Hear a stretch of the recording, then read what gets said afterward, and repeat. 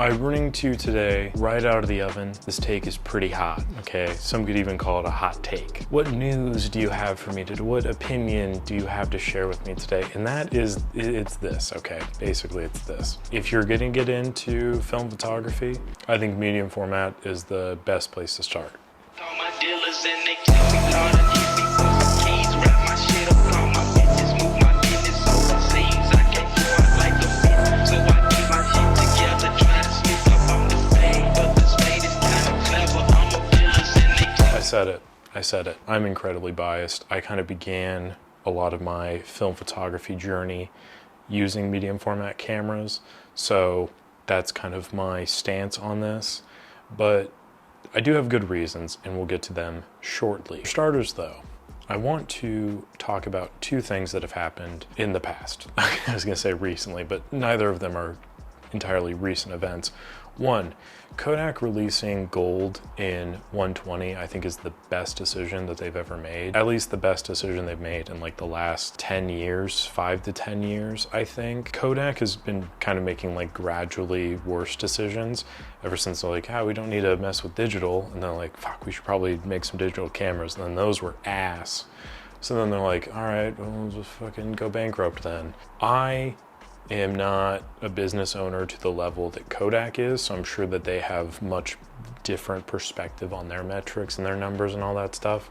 So really, me, I'm just taking cheap shots over here from the sidelines, being like, hey, you suck. But honestly, they don't suck. I think Kodak does a great thing by kind of keeping the film photography community alive and really bearing the weight of every other company that's producing color film, because Kodak's color film science is the best, and so far as I know, the only out there except for Innoviscote. I got the name wrong the other day, so I apologize for that, but anyway, Kodak Gold in 120 I think is an incredibly genius move on their end, introducing a color film stock into 120 that would be affordable for everybody. 45 bucks for 5 rolls of 120, like you just can't find a better deal. That's $9 per roll. In my previous video about the Holga, I think 120 is the best place because it is all of the high quality imagery you could hope for without the price and kind of, I'll be honest, I've not shot large format, but to me it just looks like a giant rabbit hole that my brain will not allow me to go down because I cannot financially or mentally afford that right now. You don't have to get into the deep end, and you get high quality images for a decent price, so you can kind of shy away from 35mm, which 35mm is great, don't get me wrong. And like I said previously, in terms of getting 36 shots per roll, it's the best bang for your buck. I still think medium format is the best place to begin because you have so many limitations, and that you get 12, 10, 9, or 16, I think, shots per roll. So it's like fewer shots, you have to kind of concentrate more on your compositions, and you really get to dial in some of the things that you like. And the results you get are phenomenal. I know for me personally, I started with this guy, Mamiya C330. This is like my favorite camera, and it shoots 6x6, and I've always been a big fan of like square format. I really like the 4:3 aspect ratio too for like 16mm film, which I know isn't square, but you know, close enough. Been a big fan of that. I just think it looks good.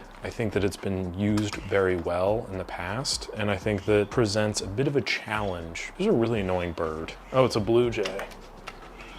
That explains it. Now, something that I wanted to talk about very, very briefly, I just want to touch on it. Pentax 17 was introduced to beginners as kind of a conduit into film photography. If you're familiar with posting on Instagram, social media and stuff, the half frame is supposed to kind of symbolize what it's like to take a picture with your phone in portrait orientation. And I think that makes sense. It's a very lateral move from one format to the next, except this one's a little bit more expensive. Film is more expensive than digital photography. Cat's out of the bag. Instead of tailoring to what is convenient for the user, sometimes it's nice to really just rip the band-aid off and be like, hey, look, here's this completely different format, and see what you can do with it. So that's kind of why I like 6x6. That's kind of why I like medium format more generally. I think the quality is fantastic. The workflow, I think, is great. The other thing that happened relatively recently was I got this Yashica Mat LM I got from KEH. Has broken, or 4 parts are not working, or whatever their classification of it light meter being broken, and the slow speed escapement not working. Both of these are pretty common issues with this model of camera. They have the selenium cell meters, which are just bound to go bad after a certain period of time. This is a pretty old camera, so I'm not too surprised. And then the slow speed escapement, that's going to be a thing that fails as well because it's a small gear mechanism basically. All these little gears and stuff, they require a specific amount of lubrication, and over time that dries up. Slow speed escapement kind of fails and you just can't use those speeds. Very common with these, but usually it's like in the 1/5 of a second speed. But fortunately, I don't really shoot those speeds too often, so it doesn't really affect me too much. I'm not going to use the meter, so I don't mind that that's broken.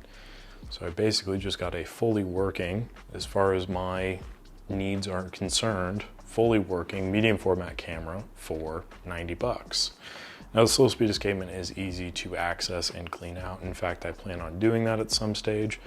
But along with these cameras being very old, the leatherette on the front here chips off pretty easily. Replacement leatherette's like 20 bucks, I think. But it's just a matter of chipping it off, removing this front plate, and flushing out, relubricating the slow speed escapement. It's easy enough work, I just didn't really find the time to do it. So along with my hot take of medium format photography being the best film to get into as a beginner, that's great and all, but like, what camera should you use? And I would say something like this, because the deals right now are insane on these. Personally, if you want to get into a TLR system, I would kind of recommend something like the Yashica Mat, Rolleiflex, Rolleicord brand. They might be a little bit more expensive, but dollars to donuts, most technicians will be more inclined to work on those than they would if you had like a Tower Reflex TLR, or I have like a Ricoh TLR, and they're all kind of like the same. Yashica Mat, everyone knows that. Rolleicord, everyone knows that. Rolleiflex, everyone knows that. So those I would say are more safe bets. That's just my opinion. Right now they're going for around $100 to $200, and for $200, $250, you can get like really good quality camera. The issues you need to be on the lookout for, like I said, slow speed escapement, meter's probably not gonna work. And even if it does, you might want to just meter with your phone on an app or get a separate meter. Might need to be on the lookout for is mold, fungus, all of that stuff in the lens. Some people that are listing on eBay will let you know, but you can also go off the pictures and stuff, but that's just something you need to be on the lookout for. You want to make sure the optics are clean, because if it kind of gets into the coating of the optics, there's not much you can really do about it. We're talking about this because I just got the results back from the test roll. A bit of a story there, as per usual. I took this out, put a roll of Kodak Gold into it. We had this trip coming up, going down to the coast, visiting some family and stuff. I'll take this. Put some more film in my bag. I took this down the coast and shot through, I think, 3 more rolls of film. Everything turned out just fine. I'm very, very happy with the results. Bit of a gamble, but honestly, like I said, I knew that most of it worked, so it should have been fine, and it was. And I always like when I'm right about these things. It rarely happens, but when I am, it does make me feel good. Anyway, that camera and Kodak Gold combined did something. Reminded me how much I love medium format and how much I love just the process of shooting it. And it feels so good when you just have a bunch of medium format that you're sending out to the lab. You get the results back and they're so crisp. There's so much detail. 35mm is fun. It's fine, but medium format, I just feel like with those 12 shots, I feel like I'm so much more deliberate. I'm so much more focused. This, I feel like I'm able to have more fun. I'm enjoying it more. The video I made last week about the Bronica, I absolutely love it, and I stand by that. The problem is the light leaks. I never know when that's gonna happen, so I'm like always kind of tentative to take the shot because I'm like, I don't want this one to be ruined, or other things like that that kind of pop up. The other thing, and I might not have mentioned this in the video, but it is so heavy. The Bronica is a very heavy camera. It's very big and bulky. It's great for a road trip. It's great for like a little walk, but I don't think I'm ever gonna travel with it again, because that's gonna be the only camera I can really bring. Like that with other cameras, it's too much. Versus this, especially when you compare it to this, I mean, this is a fraction of the size and a fraction of the weight of something like this Mamiya C330. Now, obviously, the Mamiya C330 does have a lot of features that one doesn't. Interchangeable lenses, focusing bellows for macro shots, working slow shutter speeds, I don't know, crazy stuff like that. This also still has some issues. In fact, I bought it broken. Film backdoor release hasn't worked since I owned it. Unlike what the guy who I bought this from told me, finding parts for this is not very easy, but it's not that big of an issue. I just have to have tweezers and I can open it up. It's not a huge deal. It's another thing. Now, instead of just popping open the film back and loading film, I gotta find tweezers in my bag. I gotta do that and do this, whatever. And that adds a little bit of time and it makes it a little bit more difficult to take the picture. It's heavy, it's big. I love the camera. Always gonna love it. It will always have a place in my collection, but it's just another one of those things. Versus this,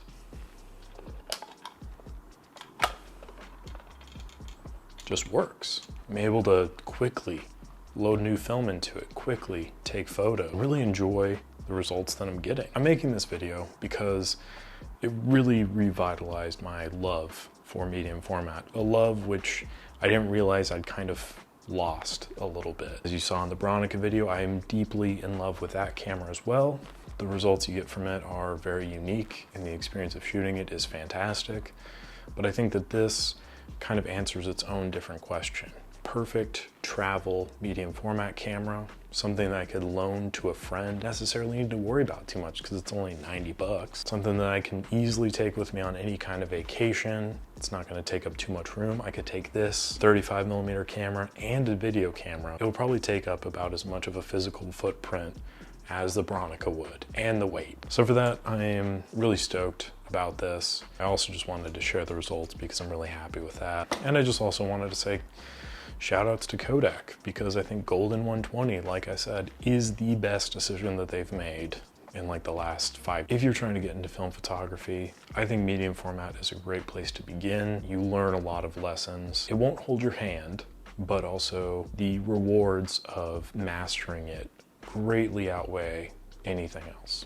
And I think you kind of need that because film photography can be unforgiving. Like it can be the highs and the lows. Like sometimes you get like 3 amazing shots on a roll and then the other 9 are out of focus. But for the fact that you got those 3, it's the best thing ever. Not everyone's gonna have that opinion and that's totally fine. I just know that I am incredibly grateful that I began this obsession and this journey with 6x6 medium format. I think it's really helped me a lot along the way, and it's just something I'd be remiss to not share with my audience, a lot of whom actually shoot film, so this video is kind of for nobody, but it is what it is. I just want to thank you all for watching though. Go online, see if you can find some Yashicas and all that stuff. I might make a separate video kind of going through different things to look for, but we'll just see. Honestly, like I said, I just wanted to share the results, talk up this bad boy, and just say I cannot wait to shoot with this again. Like I'm genuinely very excited for the next opportunity I get to use this camera. So thank you all for watching. Appreciate it as always. Like the video if you enjoyed it, subscribe to the channel, join the channel as well to support me. Definitely appreciate that. I'll catch you on the next one.